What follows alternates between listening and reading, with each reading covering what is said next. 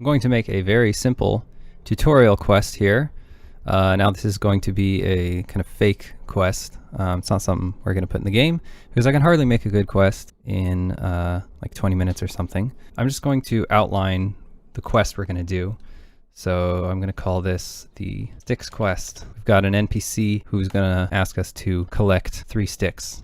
It's just a collector quest, the most basic quest. We wouldn't really ever have a quest this simple in the game, but just for the sake of showing all the workings here, we're going to do this one. So I'll just make a numbered list here so we can kind of outline what we're going to do. Player talks to Anja, that's the name of the, or Anya, that's the name of the NPC. Player finds 3 sticks and return sticks to Anya. So sometimes I find it helpful to actually write the quest logs before starting anything, because we're going to need to have the quest logs anyway. Now all of our strings are in extra strings, so they're externalized in this tab separated file. That's so that we can localize them down the line. So we never write any strings actually in the editor. We write them in this big TSV. The organization isn't particularly important. The order isn't particularly important.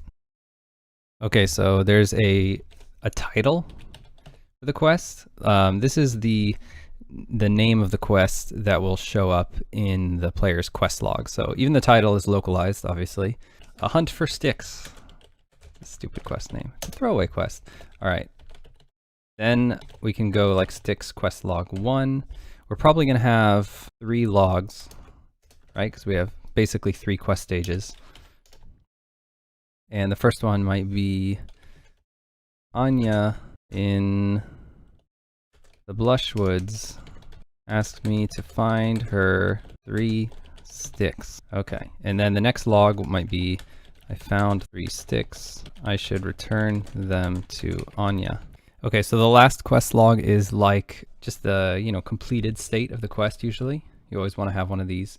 I press Control R and then Control W, and that I can see where my tabs are, just to make sure that I haven't messed anything up, because TSVs are a bit fickle if you forget to do a tab or something like that. So we can just maybe say Anya has rewarded me 10, I'll do a word, 10 glowstones for my troubles. Maybe we can say what the player actually did. I brought the sticks to Anya. She has rewarded me with 10 glowstones for my troubles. All right, so now I'm just gonna save that. And whenever you modify that extra strings file, you need to go to File and then say Import Game Data at the very bottom there.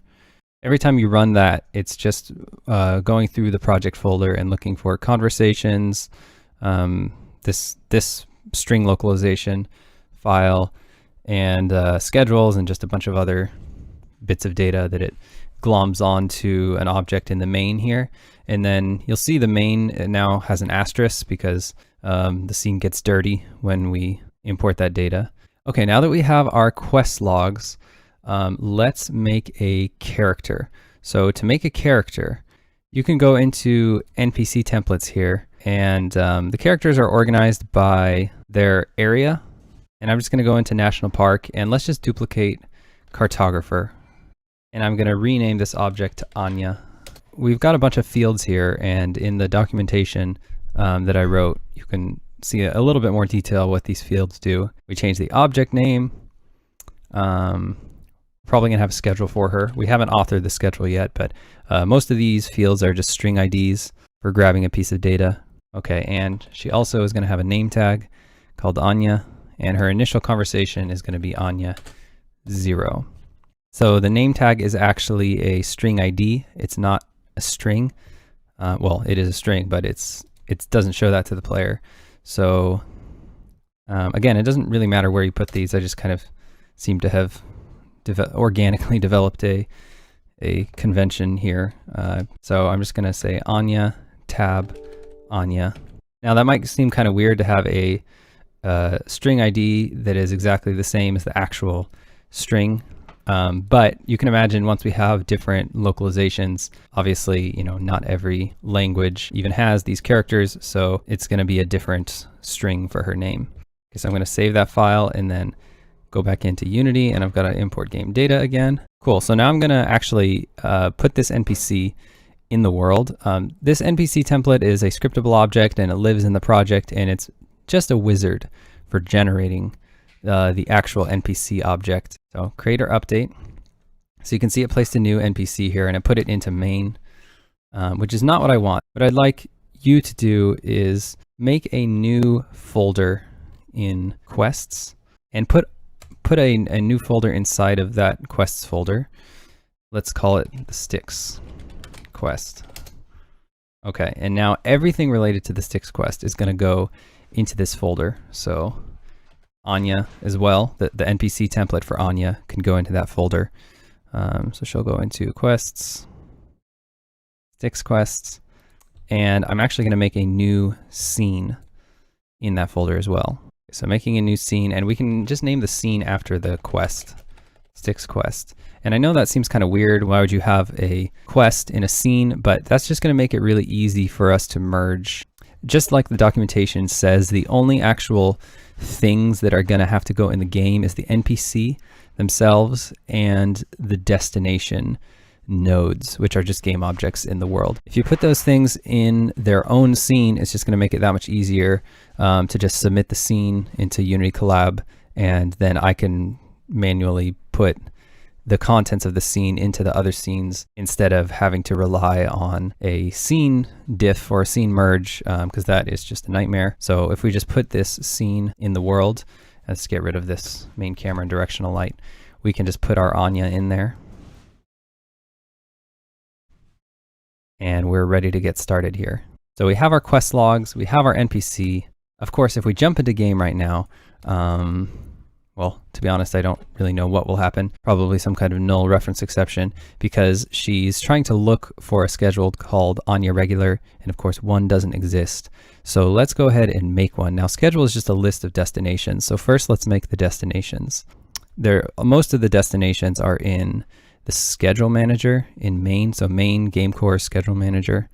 And here are all the different zones for the game and all the different destinations. So you can just find one that suits your needs. And once you play the game, hopefully you'll be able to remember different NPCs and what they're doing. And then you can just kind of find their destination if you want. Just for the sake of simplicity, I'm just going to make her kind of standing here. Okay, so I'm going to copy this market convo A, just because I happen to know that that's an NPC in kind of a basic stand. And I'm just going to drag it into our sticks quest. Now I've just gone ahead and made a group for the destinations. I don't plan on having a whole lot of destinations, but just for organization's sake. Okay, now again, in the documentation, it kind of explains a little bit more what each field does here. The mechanism trigger is a string. And it's only ever going to be one of two things. It's either going to say dest1 or dest2. If we look at the mechanism controller for an NPC, you can see we have these two, we have a dest1 and a dest2 state. The dest1 just does a straight interpolate into the animation, and the dest2 does a transitional animation. And it just plays the transitional animation backwards to get out of the state. And that's for like sitting in a chair or leaning against a tree or something like that. Well, sitting and leaning against a tree. But most of the time we just do this straight interpolate. It looks kind of janky, but it's not very often the players actually see the NPCs change state. Okay, so anyway, this NPC destination is a dest1 listen, which is just kind of a standing with the arms crossed sort of thing. And listen is just an animation override. We use animation overrides for all of the destination states. Instead of having a massive node network in the mechanism state machine, we just do the two different destination states, and then we override the animations for that particular destination state. Okay, so this is just dandy dest1 and listen. That's a pretty basic sort of setup here. And now I'm just going to put the node here where we want it. I'm just going to put it kind of next to this stump. So you can see there's a little arrow to show the direction the NPC will be standing. It's very, very faint. It's kind of hard to see sometimes. The other thing we want to make sure to do is give this destination a good name, because it actually uses this name. It makes a dictionary out of these destination names, and it looks it up in the schedule manager, and that's how it actually gets a reference to all these destinations, because the destinations could be in any scene. and we don't want to have to do a bunch of cross-scene references. So you just want to make sure to name this something that is guaranteed to be unique. So like I could call this Anya idle, and that would definitely be, there's no other Anya in the game, so that's pretty safe. Okay, now that we have our destination, we have our NPC. Now we need our schedule that is actually going to tell which destination to be at and when. So again, we want to do everything in our quest folder to keep everything organized, and I'm just going to create a schedule. And let's just call this Anya regular, just like we named it in her NPC template, because it's actually going to find it by string. So let's just give her one task, and her one task is to go to Anya idle. So right when I clicked on that, you'll notice it didn't actually go into the field, but it did take the name. And the only reason why I even have that object field is just to make it easier to put in the string name, so you don't have to like copy paste the string name or whatever, but it's always going to say none here. Now, if you want, you can say that like she only comes out here at like 0.27 or something, which is just after 6 a.m. So it's a little bit after sort of morning time, and then maybe she goes to bed at 0.8. And a lot of times, if I want someone to go to bed, I'll just not put anything in the field, and that means they'll despawn themselves. If you don't put any string in the field, then that means when they have the chance, they will remove themselves from the world when the player's not looking. If the player just stands there and watches them as this time passes over, it'll just wait until the player leaves, at which point it will remove her from the world, and she'll be back again tomorrow morning at 0.27. Okay, let's see if this thing works. So I'm just going to go File, Import Game Data, and that's going to actually get this schedule and put it into the Schedule Manager in Main. And now I think we're ready to jump in game and see if she's actually standing there. So I can put the player wherever I want to start testing this quest. So when you move the player, just make sure to move the root here called player. Don't move the camera or anything inside of it. Okay, and the other thing we should take a look at is if I click on Game Core, these three checkboxes you want to make sure are dechecked when you're doing kind of quest debugging. They do pretty much what they say. If you check this, it'll start the game from the top, like from the start menu. And this one does the same thing. I never have one checked and the other not. I don't even know why those are separated, but they are. And scene loading is just what it says. It'll try to load the local scenes, so this is always on in like the build of the game. This is how the game works. But, you know, sometimes when you're debugging, you don't necessarily need, sometimes already have the scenes you want loaded in the editor, so you don't even want the scene loader to be unloading and loading things. So I'm going to try to pop into game now. All right, so there we go. You can see she's standing there. She's got her arms crossed. And that is our first NPC and our first schedule. If we try to talk to her, you see we get a null reference exception. And that's because we have not yet made her conversation. Remember, we called her conversation Anya 0. There's no such thing as Anya 0. So let's go ahead and make a new conversation. So I'm going to go into the conversation crafter. I'm going to exit out of all the tabs that are already here. And I'm going to say new conversation. It's important to make a new conversation by saying new conversation and not duplicating an old conversation.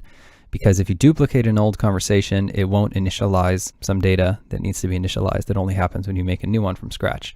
So here we have a blank conversation, and to get started, we can just right click and say new node. So let's just get this conversation working. I am Anya. Okay, that's our first node. And then right when we press Control S, it's going to ask us to name our conversation. Again, we want to keep everything related to our quest in our Sticks quest folder, and I'm just going to call this Anya 0 because it will look for this string name. So string names are important. I use a lot of string names. Some programmers think that that's really bad practice. Probably is, but that's just the way I do it. Okay, now that we have a new conversation, we can go ahead and go import game data, and hopefully when we talk to Anya now, she will actually say, I am Anya. Look at that, I am Anya. Perfect. All right, so now we're cooking. So something to note, I'm cheating a little bit because I'm editing out the waiting for the play mode to start. I think it takes like 10 to 20 seconds on my computer to jump into play mode, even when you have one scene loaded. So something that can make this go faster, especially since you already have the workings of your quest in this separate scene, you can't just unload this scene. And now, and I won't edit this out, when I pop into play mode, she doesn't have a nav mesh. Well, that's because we have our nav mesh in this scene. But if you want, I just loaded this scene again, and I'm just going to copy the nav mesh and just put it into this other scene. And then I'm going to unload this scene without saving any changes. It can really speed things up to just make getting in and out of play mode fast. I'm just going to bake this nav mesh. It seemed to be unbaked. I don't know why. There we go though. I'll go ahead and clear out the console. Let's try this one more time. Okay, so now everything's working, and you see it loaded into the game pretty quickly, and everything still works. You can still test the quest. Obviously it looks pretty barren and ugly, but you can still test the workings of the quest without actually having all the pretty stuff loaded, and it'll just make everything go that much faster.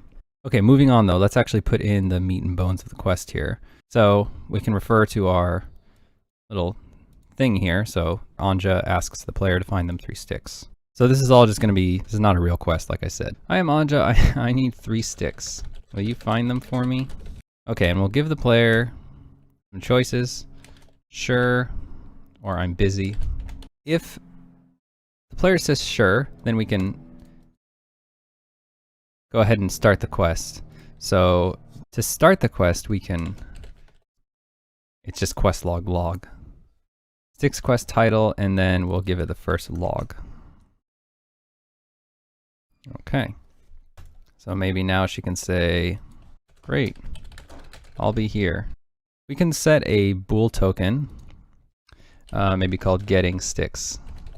These bool tokens are global, so don't do anything that you think might not be unique. Getting sticks is going to be unique. Don't have any other reason I would have typed that. Getting sticks equals true. And then we can make one more maybe. Met Anja equals true. All right. So I'm going to make a branch right at the start of this conversation. Now to make a branch, you just put a dash in the first metadata field, and then you can add choices, and these are just going to be outputs, and you're just not going to put anything in, you're not going to put any text in these fields. And what you can do is just do met Anja, and I'm actually going to put a exclamation point at the beginning. That means not met Anja. So if you have not met Anja, then you start doing the first conversation. Okay, then we can maybe do another check after that. Maybe check if you are getting sticks. So I'll just copy paste the getting sticks. So if you're getting sticks, she'll say one thing. Otherwise, she'll say another thing. So if you are getting the sticks, then she'll say, have you found those sticks for me yet? And then we'll give 2 choices. We'll say, not yet, or yes, I have. Now, yes, I have, we only want to show if the player actually has the sticks. So she asked for 3 sticks. So what we can say is has item count, and you can just look in these functions. You don't have to like remember all this stuff. It'd be nice if there's like autocomplete or something, but it lists them all right there. And again, if you want to actually search through them without having to read each individual one, you can just open the metadata, the conversation metadata processor class, and you can just like Control F and look for item or whatever it is that you're looking for, and look through all the functions that way. Has item count, stick, comma 3. All right, now when you have a condition check on a choice that actually has text in it, then that becomes a conditional choice that will only show up if the condition is met. On this node, this is kind of a different node because there is no choice text, which means that it doesn't do a conditional choice. It just actually immediately goes through the output if the condition is met. All right, so have you found those sticks for me? Yes, I have found. Then she's going to say, fantastic. Here is something for your effort. And then maybe she can give the player a reward. Now we also need to actually take the sticks from the player. So it's totally fine to put functions in the metadata of a node that has text in the body. That will just execute. So we can just say remove item count, and we'll remove a stick. We'll remove 3 of them, and then we will give the player an item. It's kind of confusing because give item doesn't actually have a count version. It's just give item, but it's exactly like a count version. That's just a little bit of laziness. Glowstones 10, and these are all string names, so you got to make sure to get them right. Like the item names are string names. And maybe now we can make a another node that says got sticks equals true. We can put another branch at the very beginning of the conversation and just check if the player got the sticks. If you haven't got the sticks, go on to whatever you were going to do. If you have got the sticks though, it's only ever going to say one thing. Maybe she says, thanks again for the sticks. And every time the player interacts with her thereafter, it will say that. Now, if you have already met Anja and you turned her down, you're not getting the sticks. Maybe she could say, "Are you sure you don't have time to find me some sticks?" This is really the dumbest quest in the world, but it does illustrate how to do things. So when you say okay, then maybe okay can go up to what it would have done before, which she just says, "Great." Maybe she says, "I'll be waiting." And then it goes on to do everything it would have done before. And still busy does nothing. And she'll just, if you talk to her again, she'll say the exact same thing. So let's go ahead and save. For whatever reason it's asking, shouldn't be doing this, but sometimes this thing has bugs. The really bad ones hopefully are gone by now, but sometimes it does. Like it should already know the name of the conversation. I'm not quite sure why it's asking me again. But at any rate, I'm just going to save over this. Yep. All right, and let's give this a whirl. I'm Anja. I need 3 sticks. Make this a little. Will you find them for me? Nah, I'm busy. All right, so she doesn't do anything. Nothing happens. There's nothing in my quest log. I'm Anja. I need 3 sticks.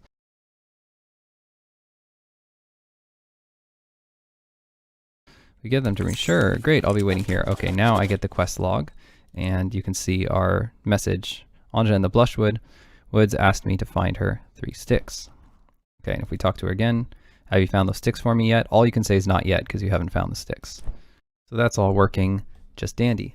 Now let's actually make the part where the player finds the sticks. So I'm just going to put some sticks in the world. So here is our stick harvestable. There's a couple different kinds of sticks. This is a harvestable stick. And you can, any other items you need to put, any other things you need to put in the game world, you can just go ahead and put them in your little scene here. You put a stick on the ground. I'm just going to line them up right behind the player, just like that. They're not even on the ground. At least make them on the ground, which really doesn't matter. This is a throwaway quest. But there you have it, 3 sticks. All right, so now let's test the quest and see if this works. Sure, I'll get you 3 sticks. Great, I'll be waiting here. Pick up these 3 sticks, and now let's go back and talk to her. Have you found the sticks for me? Now you can say, yes, I have, because you have 3 sticks. Yes, I have. Fantastic. Here's something for your effort. 3 sticks removed and received 10 glowstones. So if we open our inventory now, we have no sticks because we gave them all away, and you can see we have 10 glowstones. So the quest is working pretty well. Of course, we're still not done. Even a quest this simple, you can see how much work it takes. Because when you do complete the quest, we should log the final quest log. So I'm just going to copy the field from our other quest log and paste it in, except now we want quest log 3, right? Remember we wrote, at the very beginning, we wrote those 3 quest logs out. So now it should do the last quest log, except we don't want to just do a quest log. We actually want to complete the quest. It's a little bit different because it grays out the quest like it's done. That's why you need to do a different API call here. Okay, so quest log complete. Instead of quest log log, it's quest log complete. Asking again. Usually it doesn't do this. I think it's because I only have 1 open or something. I'm not sure. Just going to go ahead and save it again. Okay, so all that's good and dandy. The only thing is we don't have that middle quest log, the one where it tells the player that they found the 3 sticks. So to do that middle quest log, we are going to have to make a script. And most quests, almost every quest in the game, will have just a single C# script. So I'm just going to create a C# script here and call it sticks quest. And I always put the quest suffix on any C# script that pertains to a quest. All right, and just right off the bat, I'm going to say using Eastshade namespace and delete everything out of here. Now, because basically we want to do that middle quest log that the player has found the sticks and should go back to Anja, we want to do that one when the player has found 3 sticks, but we need a callback every time the player picks something up so that we can check for that. So we happen to have a callback for that, so I'm just going to go on enable and on disable. This is obviously not the callback. This is a Unity callback, but I'm going to use it to subscribe to an event inventory dot on got item plus equals, maybe we can say, we can call this has sticks. So just put has sticks on that, and then we need to make sure to unsubscribe from that on disable. So now it'll fire has sticks whenever the player picks up anything. We don't want to be firing that quest log if the player doesn't have the quest yet. So we want to look and see if the player is getting sticks. and we can just do a bool check. If tokens dot get bool token, these things are called tokens. If the player is getting sticks and they've not yet finished getting the sticks, right? So we've got this got sticks as well. So not. If they're getting sticks but they haven't got the sticks, then we can check if the player has more than 3 sticks. So if inventory.get item, again, string name, I know, stick dot amount is bigger or equal to 3, then you want to do the quest log. Quest log dot log. We want to log that sticks quest title. The title of the quest. It's kind of weird that you put the sticks quest title, the word title, in the identifier for the quest, but it's just the way I set it up. And we want to log that middle quest log, just number 2. And I can't have the same quest log call twice. So it's okay if it's logging again after that, because it's never going to log it if it detects that it's already been logged. So now we have the C# script, we just need to put it on something in the game. So we can just maybe make a new game object and call it the sticks quest, and then just attach the sticks quest script to it. Should be all we need to do. Let's go ahead and try that. So I'm going to talk to her. Great, I'll be waiting here. Let's pick up our sticks. Okay, so you can see it says a hunt for sticks updated, and now you can see we have 2 logs. I found 3 sticks. I should bring them to Anya. So all that worked, and I'll go ahead and maybe give myself a stick just to make sure it doesn't log again. Nope, just the one time, perfect. So now I have 4 sticks because I gave myself 1 with the console. And let's talk to her. Have you found those sticks for me yet? Yes. Well, let's test no, not yet. And then let's come back. Have you found those sticks for me yet? I like to do the weird options too to make sure they all work. Yes, I have. Fantastic. Here's something for your effort. 3 sticks removed. And we can see we have 1 stick left and we have 10 glowstones. I'll talk to her again and she just says thanks again for the sticks. So there we have it. That's the whole quest. You can see there's a lot of moving parts there, but that is the general gist of how quests are made in Eastshade.